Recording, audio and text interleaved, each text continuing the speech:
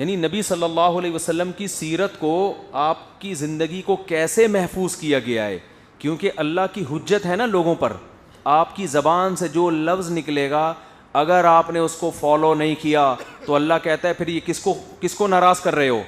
مجھے، کیونکہ یہ میرا حکم ہے، یہ ان کا حکم نہیں ہے. تو پھر اللہ کے ذمے تھا کہ ان کی تعلیمات کی حفاظت بہت خاندانی طریقے سے ہونی چاہیے، کیونکہ اللہ کا دعویٰ ہے کہ ان کے بعد کوئی نبی، کیا خیال ہے بھائی، نبی بھی نہیں آئے گا. جب نبی بھی نہیں آئے گا ان کے بعد کوئی، اور یہی آخری نبی ہیں، ساری دنیا نے انہی کو فالو کرنا ہے، تو بھائی ان کی اور اس زمانے میں کیسٹیں بھی نہیں تھیں، ویڈیوز بھی نہیں تھیں، کیا آپ کی پوری صورت ویڈیو کی شکل میں محفوظ کر لی جاتی آپ کی پوری سیرت؟ تو پھر اے اللہ کوئی ایسا خاندانی طریقہ ہونا چاہیے ان کی باتوں کی حفاظت کا کہ کوئی غیر مسلم جب اسلام میں آئے تو وہ جب پیغمبر کے احکامات سنے تو اس کو یہ یقین ہونا چاہیے کہ یہ واقعی پیغمبر کی زبان سے نکلے ہوئے الفاظ ہیں، ایسا نہیں ہے کہ مولانا لوگوں نے اپنی طرف سے ان کی طرف نسبت کر دی ہے. اور پتہ کیسے چلے گا یہ والے مولانا صحیح کہہ رہے ہیں کہ وہ والے؟ کیا خیال ہے بھائی؟ بھائی ایک مولانا کہہ رہے ہیں نبی نے یہ فرمایا، دوسرے والے کہہ رہے ہیں یہ نہیں فرمایا بلکہ یہ فرمایا، تو ہمارے پاس کرائٹیریا کیا ہوگا؟ ایسا خاندانی طریقے سے حفاظت کی گئی ہے کہ آپ 1400 سال پہلے کی کسی شخصیت کو اٹھا کے دیکھیں، آپ کو ایک لفظ کے بارے میں بھی یقین سے نہیں کہہ سکتے کہ یہ انہوں نے ہی کہا ہے، مگر محمد صلی اللہ علیہ وسلم کی زبان سے جو الفاظ محفوظ کیے گئے ہیں جن کا ہماری شریعت سے تعلق ہے ان کے بارے میں پورا تبصرہ آپ تسلی کے ساتھ دلائل کے ساتھ کر سکتے ہو. اکثر میں اس موقع پہ ایک حدیث سناتا ہوں. امام ترمذی نے صرف اتنی سی بات نقل کی ہے کہ نبی صلی اللہ علیہ وسلم کے 2 دانتوں کے درمیان میں گیپ تھا، حالانکہ اس کا شریعت سے کوئی تعلق بولو نہیں. لیکن بھائی یہ کس کی بات بیان ہو رہی ہے؟ اللہ کے سفیر. اگر گیپ نہیں تھا اور امام ترمذی کہہ دیں تھا تو یہ جھوٹ کس پر باندھا جا رہا ہے؟ نبی پر.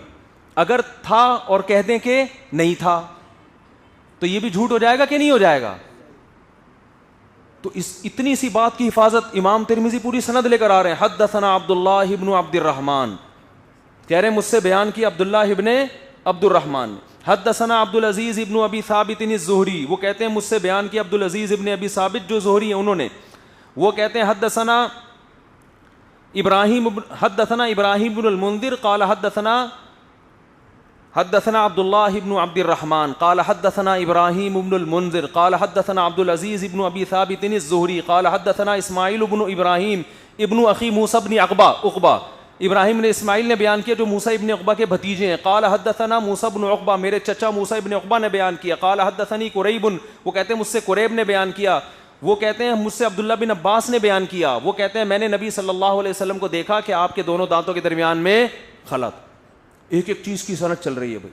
اور پھر ان تمام راویوں کے بارے میں آپ تحقیق کرنا چاہو گوگل پہ لکھ لو، آ جائے گا. گوگل پہ کہاں سے آیا بھائی؟ اس دور میں تو گوگل نہیں تھا. کتابوں میں محدثین نے ایسا محفوظ کیا ہے کہ گوگل پہ ایک کتاب کا حوالہ نہیں درجنوں کتابوں کا حوالہ آئے گا کہ امام ترمذی جس عبداللہ بن عبد الرحمن سے نقل کر رہے ہیں وہ کہاں پیدا ہوئے، کن علماء سے انہوں نے علم حاصل کیا، ان کے بارے میں اس زمانے کے لوگوں کا تبصرہ کیا ہے. پھر وہ جو ابراہیم ابن منذر سے بیان کر رہے ہیں وہ کہاں پیدا ہوئے، ان دونوں کی ملاقات بھی ہوئی ہے کہ نہیں ہوئی ہے؟ بعض دفعہ آپ بیان کرتے ہو کہ میرے پردادا نے بتایا، حالانکہ پردادا اور آپ کی ملاقات کا تصور بھی جب آپ پیدا ہوئے تھے، جب آپ کے ابا اماں کی شادی بھی نہیں ہوئی تھی، جب آپ کے پردادا کا انتقال ہو گیا تھا. محدثین میں ایسا نہیں ہوتا بھائی، دونوں کا زمانہ کیا ہے؟ قریب، ملاقات ممکن ہے ان کی. تو یہ بحث ہوتی ہے. تو اتنی باتوں کی حفاظت یہ صرف کس کی ہوئی ہے؟ محمد صلی اللہ علیہ وسلم.